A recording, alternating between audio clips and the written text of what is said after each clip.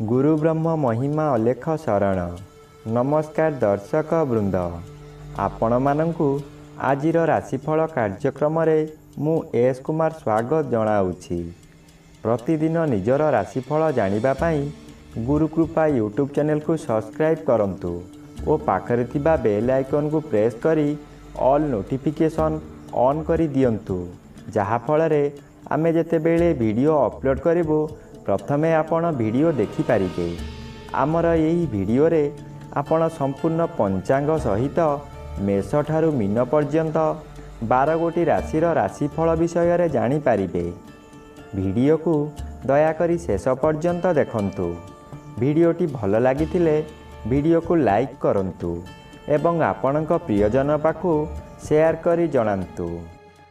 एबे आसंतु जानिबा आज दिनर संपूर्ण पंचांग विषय। आज 2025 मसीहा डिसेम्बर मास 26 तारिख शुक्रवार, दिल्ली स्वराब्द सन 1433 साल, स्वाधीन भारताब्द 79 वर्ष, महिमाद 198 वर्ष। उत्कल गजपति श्री श्री गजपति दिव्यसिंह देव महाराजांकर 69 अंक। सौरस्व पौष मास 11 दिन, चांद्रमते पौष शुक्ल पक्ष षष्ठी तिथि, दिवा 9 घंटा 24 मिनिट पर्यंत। आजिर सूर्योदय विरजा क्षेत्र को 6 घंटा 21 मिनिट, धनु लग्न एकदंड 44 लिता गते उदय। आजिर सूर्यास्त विरजा क्षेत्र को 5 घंटा 9 मिनिट, मिथुन लग्न एकदंड 57 लिता गते अस्त। आज कुंभ चंद्र रात्रि 11 घंटा 21 मिनिट पर्यंत, एहा परे मीन चंद्र। पूर्व भाद्र नक्षत्र शेष रात्रि 5 घंटा 17 मिनिट पर्यंत। आज जन्मित शिशुर कुंभ राशि शूद्र वर्ण नरगण, रात्रि 11 घंटा 21 मिनिट गते मीन राशि विप्रवर्ण नरगण। आज मृत व्यक्तिर एक पाद पुष्कर दोष, दिवा 9 घंटा 24 मिनिट गते 2 पाद पुष्कर दोष। पुनश्च शेष रात्रि 5 घंटा 17 मिनिट गते 1 पाद पुष्कर दोष। निषिद्ध खाद्य आज निम्ब भोजन निषेध अटे, दिवा 9 घंटा 24 मिनिट गते ताल भोजन निषेध अटे। आजिर अमृत जोग प्रातरु दिवा 7 घंटा 10 मिनिट मध्य, दिवा 7 घंटा 58 मिनिट गते 10 घंटा 22 मिनिट मध्य, दिवा 12 घंटा 46 मिनिट गते अपराह्न 3 घंटा 58 मिनिट मध्य, संध्या 5 घंटा 58 मिनिट गते रात्रि 9 घंटा 10 मिनिट मध्य, रात्रि 11 घंटा 34 मिनिट गते 2 घंटा 46 मिनिट मध्य एवं शेष रात्रि 3 घंटा 36 मिनिट गते 6 घंटा 21 मिनिट मध्य। आजिर महेंद्र जोग नाही। आजिर काल बेला एवं 12 बेला, दिवा 8 घंटा 52 मिनिट गते अपराह्न 4 घंटा 21 मिनिट मध्य। आजिर काल रात्रि रात्रि 9 घंटा 40 मिनिट गते 11 घंटा 34 मिनिट मध्य। आजिर राहु काल पूर्वाह्न 10 घंटा 30 मिनिट ठारू मध्याह्न 12 घंटा मध्य। आज रात्रि 11 घंटा 21 मिनिट मध्य मिथुन राशि और मीन राशिर घात चंद्र, एहा परे धनु राशिर घात चंद्र। घात नक्षत्र नाही। दिवा 9 घंटा 24 मिनिट मध्य मेष राशि और कर्कट राशिर घात तिथि। बिछा राशि धनु राशि और मीन राशिर घात 12। प्रिय बंधुगण, एबे आसंतु जानिबा मेष ठारू मीन पर्यंत 12 गोटी राशिर राशिफल विषय रे। राशि चक्र प्रथम राशि मेष राशि। आज मेष राशि जन्मित व्यक्ति मानक सकाशे एकादश स्थान रे चंद्र गोचर करुथिबारु शुभ फल मान मिलिबो। आज आपणकु अचानक शुभ खबर मिलिबो। व्यवसायी माने एही समय रे आशा ठारू अधिक लाभवान हेबे। पूर्वरु जेउ कार्य सकाशे आपण अपेक्षा करी हताश होइथिले से कार्य आज पूरण होई जिवो। परिवार मध्यरे स्वादिष्ट भोजन प्रस्तुत करिबा सहित अतिथि बंधु मानंकु निमंत्रण करी आपण आप्यायित करिबे। एबे आसंतु जानिबा राशिचक्र द्वितीय राशि वृष राशि विषय। ଆଜି ବୃଷ ରାଶି ଜନ୍ମିତ ବ୍ୟକ୍ତିମାନଙ୍କ ସକାଶେ ଦଶମ ସ୍ଥାନରେ ଚନ୍ଦ୍ରଗୋଚର କରୁଛନ୍ତି। ଦଶମ ସ୍ଥାନ କର୍ମସ୍ଥାନ ହୋଇଥିବାରୁ ଆଜି ଆପଣ ନିଜ କର୍ମରେ ତତ୍ପର ହେବେ। ଯେଉଁ କର୍ମ କରିବାକୁ କେହି ସାହସ କରୁନଥିବେ ତାହା ଆପଣ କରି ଦେଖାଇଦେବେ। ଆପଣ ଅଧିକ ଶକ୍ତିଶାଳୀ ହୋଇ ଉଠିବେ। ମନରେ ସାହସ ବଢ଼ିଯିବ। ଗୁରୁଙ୍କର ଆଶୀର୍ବାଦ ମିଳିବ। ପୂର୍ବରୁ କରିଥିବା କର୍ମର ଫଳ ମଧ୍ୟ ଏହି ସମୟରେ ମିଳିବ। ବ୍ୟବସାୟ କରୁଥିବା ବ୍ୟକ୍ତିମାନେ ଆଶାଠାରୁ ଅଧିକ ଲାଭବାନ ହେବେ। ଏବେ ଆସନ୍ତୁ ଜାଣିବା ରାଶିଚକ୍ରର ତୃତୀୟ ରାଶି ମିଥୁନ ରାଶି ବିଷୟରେ। ଆଜି ମିଥୁନ ରାଶି ଜନ୍ମିତ ବ୍ୟକ୍ତିମାନଙ୍କ ସକାଶେ ଦଶମର ବି ବାଧାପ୍ରାପ୍ତ ଅଛନ୍ତି। ଅଶୁଭ ଫଳ କମ୍ ମିଳିବ। କିନ୍ତୁ ଆଜି ଘାତଚନ୍ଦ୍ର ଭୋଗ ହେଉଛି। ଘାତଚନ୍ଦ୍ର ସର୍ବଦା ଅଶୁଭ କରାଇବ। ଘରେ ବାହାରେ ପ୍ରତ୍ୟେକ ସ୍ଥାନରେ ଆପଣ ଅପଦସ୍ଥ ହେବେ। ଆପଣଙ୍କର ବହୁ ପରିମାଣର ବ୍ୟୟ ହେବ।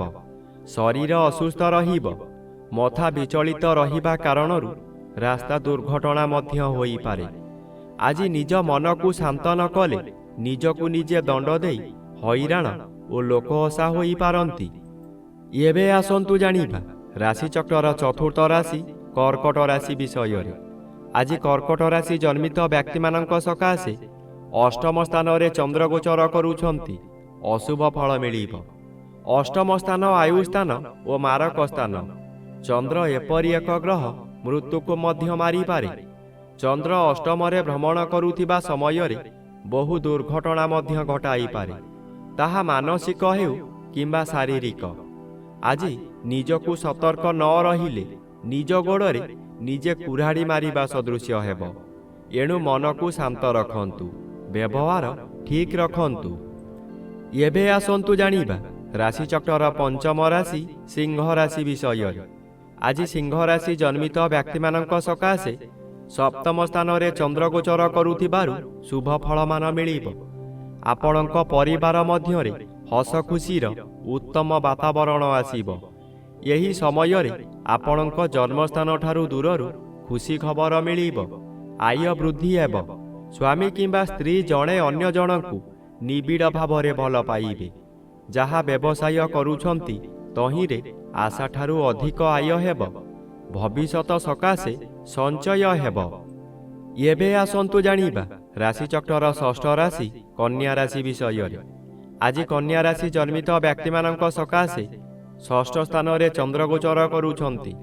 ଷଷ୍ଠ ଚନ୍ଦ୍ର ବଳବାନ ଚନ୍ଦ୍ର। ଆଜି ଆପଣଙ୍କ ପରିବାର ମଧ୍ୟରେ ଖାଲି ଆନନ୍ଦ ହିଁ ଆନନ୍ଦ ମିଳିବ। ଆପଣ ଯେଉଁ କାମରେ ହାତ ଦେବେ ତହିଁରେ ସଫଳତା ନିଶ୍ଚୟ ପାଇବେ। ବ୍ୟବସାୟ କରୁଥିବା ବ୍ୟକ୍ତିମାନେ ବ୍ୟବସାୟରେ ଆଶାଠାରୁ ଅଧିକ ଲାଭବାନ ହେବେ। ପୂର୍ବରୁ ଆପଣ କରିଥିବା ଋଣ ଏହି ସମୟରେ ପରିଶୋଧ କରିପାରିବେ। ପାଖରେ ଅର୍ଥର ଅଭାବ ରହିବ ନାହିଁ। ଏବେ ଆସନ୍ତୁ ଜାଣିବା ରାଶିଚକ୍ରର ସପ୍ତମ ରାଶି ତୁଳା ରାଶି ବିଷୟରେ।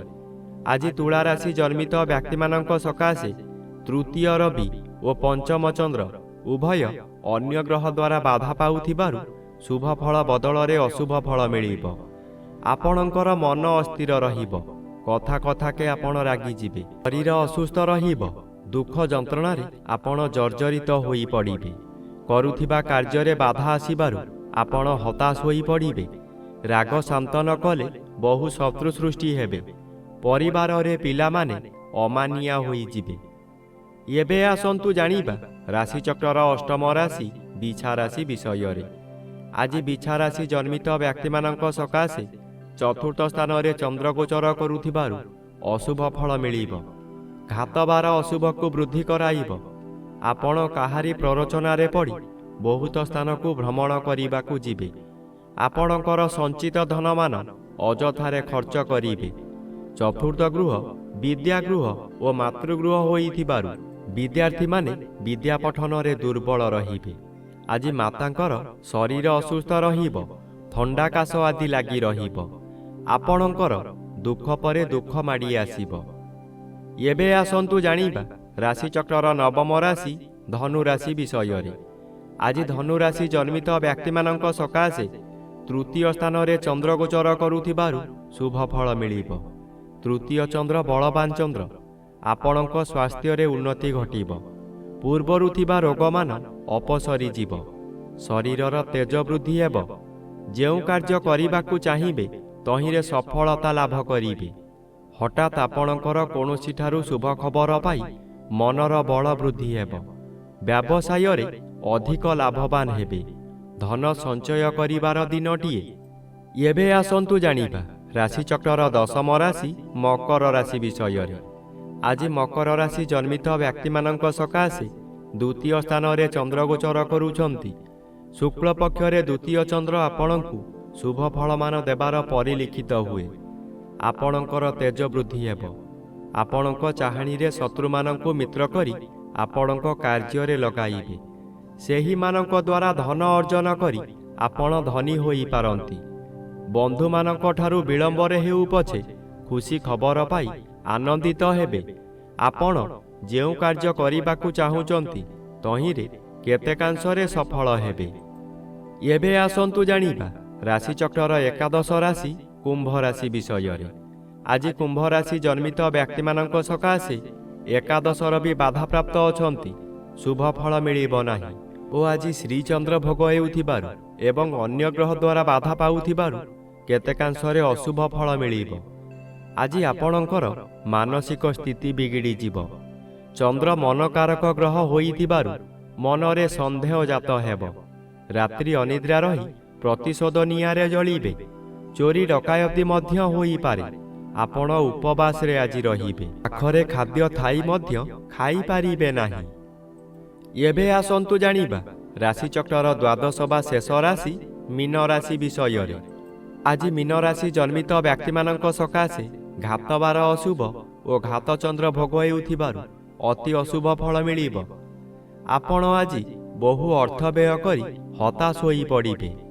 ଆପଣ ଯାହା କରିବେ ତହିଁରେ କ୍ଷତି ସହିବେ, ଯାହାଦ୍ୱାରା ଆପଣଙ୍କର ମଥା ବିଚଳିତ ହୋଇଯିବ। କାହାକୁ କ'ଣ କହିବେ ଠିକ୍ କରି କହିପାରିବେ ନାହିଁ। ଆପଣଙ୍କର କଥାଗୁଡ଼ିକ ଗୁଳି ପରି ହେବ। ଆଜି ଆପଣ ଅତି ଜିଦଖୋର ହୋଇ ନିଜର ବହୁ କାର୍ଯ୍ୟ କ୍ଷତି କରିବେ ଅବା ନଷ୍ଟ କରିଦେବେ। ଆଜି ଆପଣଙ୍କ ଶରୀରରେ ମଧ୍ୟ ଆଘାତ ଲାଗିପାରେ।